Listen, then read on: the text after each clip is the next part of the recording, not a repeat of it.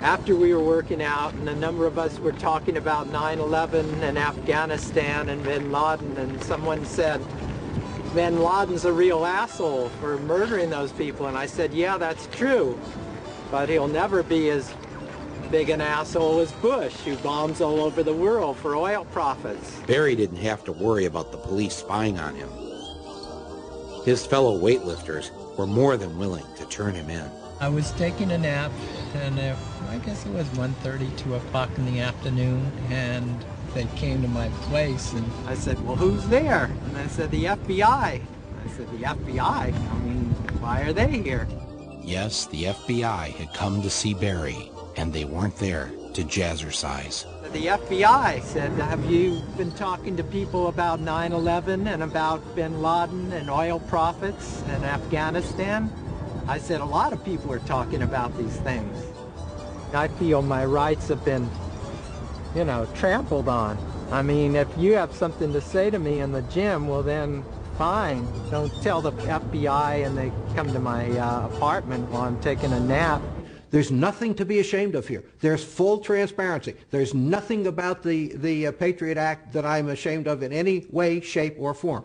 I have a 1-800 number. Call me. I'm the guy you call if there's a violation or an abuse. If you've got a poster child on this, I want to see it. That's what I do. I'm hired by the people of the United States to provide oversight. I provide oversight. Trent Lott said the day the bill was introduced, maybe now we can do things we've wanted to do for the last 10 years. No, I've always, you know, a dictatorship would be a heck of a lot easier. There's no question about it. I mean, they had all this on the shelf somewhere, ideas of things they would like to do. And they got 9/11 and they said, it's our chance. Go for it. There was an immediate assumption on the part of the administration that there had to be a surrender of certain of our rights. There's several definitions in the bill that are quite troubling. First of all, the definition of terrorist, and it's so expansive that it could include people who... Like me. No one read it. That's the whole point. They wait till the middle of the night, they drop it in the middle of the night, it's printed in the middle of the night, and the next morning when we come in, it passes. How could Congress pass this Patriot Act without even reading it?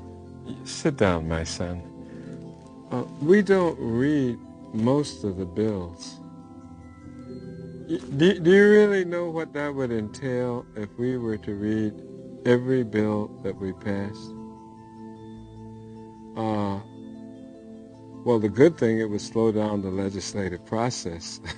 I couldn't believe that virtually no member of Congress had read the Patriot Act before voting on it. So I decided the only patriotic thing to do was for me to read it to them.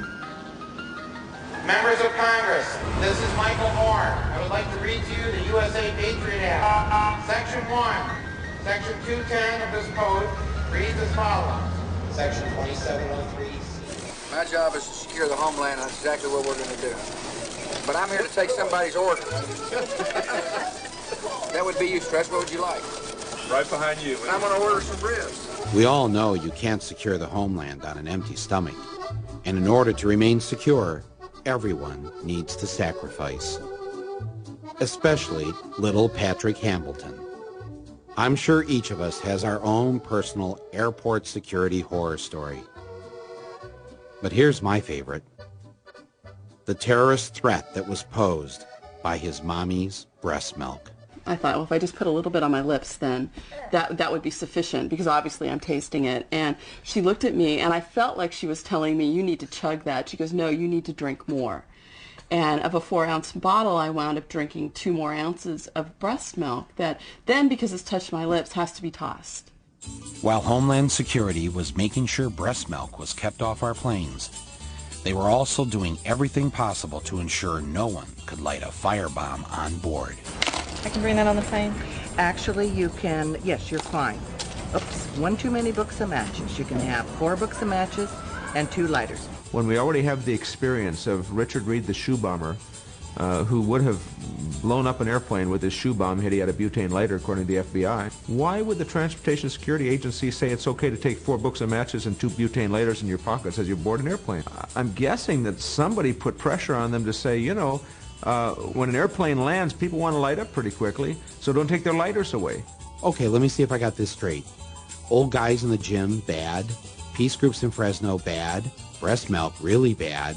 But matches and lighters on the plane, oh, hey, no problem. Was this really about our safety? Or was something else going on?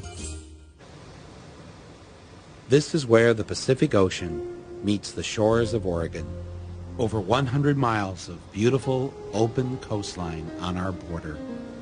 And, thanks to the budget cutbacks, the total number of state police protecting it? 1. Part-time. Meet Trooper Brooks. I maybe get a chance to hit this stretch of highway once, maybe twice a week during my shifts. You know, it's just to even drive up here and look.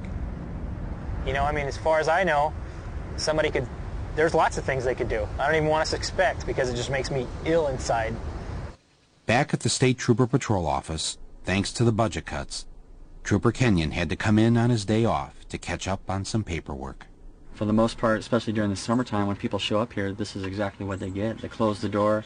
They can read the sign about the office closure, and it just basically explains that, you know, due to our cutbacks, our office is not open for administrative business. And there's a little sign down at the bottom that explains when the office is closed, that they can use the phone booth to get in touch with our dispatch. Ironically enough, that phone is a piece of junk. It doesn't work very well, so half the time they pick up the phone and dispatch gets a bunch of static and they don't hear anything. For Tuesday, there'll be no troop on patrol. Wednesday, there'll be no troop on patrol. Thursday, there'll be no troop on patrol. You get calls all the time. People will call in a suspicious vehicle or somebody looking suspicious, you know, and I don't hardly ever respond to that anymore. I just don't have the time to do it. One I asked, how many people do we have in the state of Oregon on duty tonight? And we had 8 troopers on for the entire state of Oregon working. I think, you know, Oregon is a prime example that Homeland Security is not as secure as what I think people would like to believe. Nobody sent me any manual that says here's how you catch a terrorist, you know, and if I had that manual I'd read it, but I don't. So yeah. Of course, the Bush administration didn't hand out a manual on how to deal with the terrorist threat because the terrorist threat wasn't what this was all about. They just wanted us to be fearful enough so that we get behind what their real plan was. 4 minutes. All right. All right. What time? 3 minutes. 30 seconds. 15 seconds. 10, 9, 8, 7, 6, 5, 4, 3, 2, 1. My fellow citizens,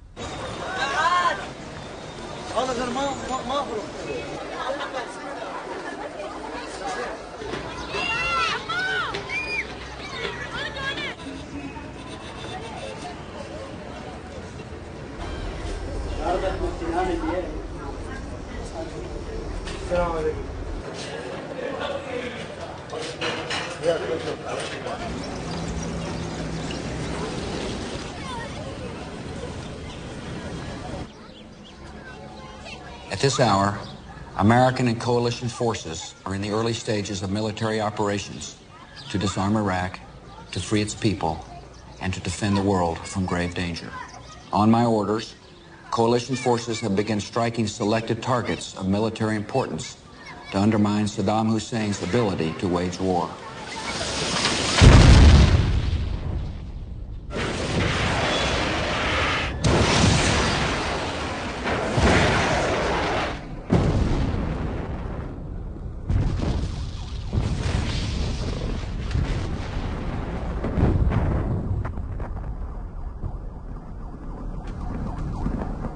On March 19, 2003, George W. Bush and the United States military invaded the sovereign nation of Iraq.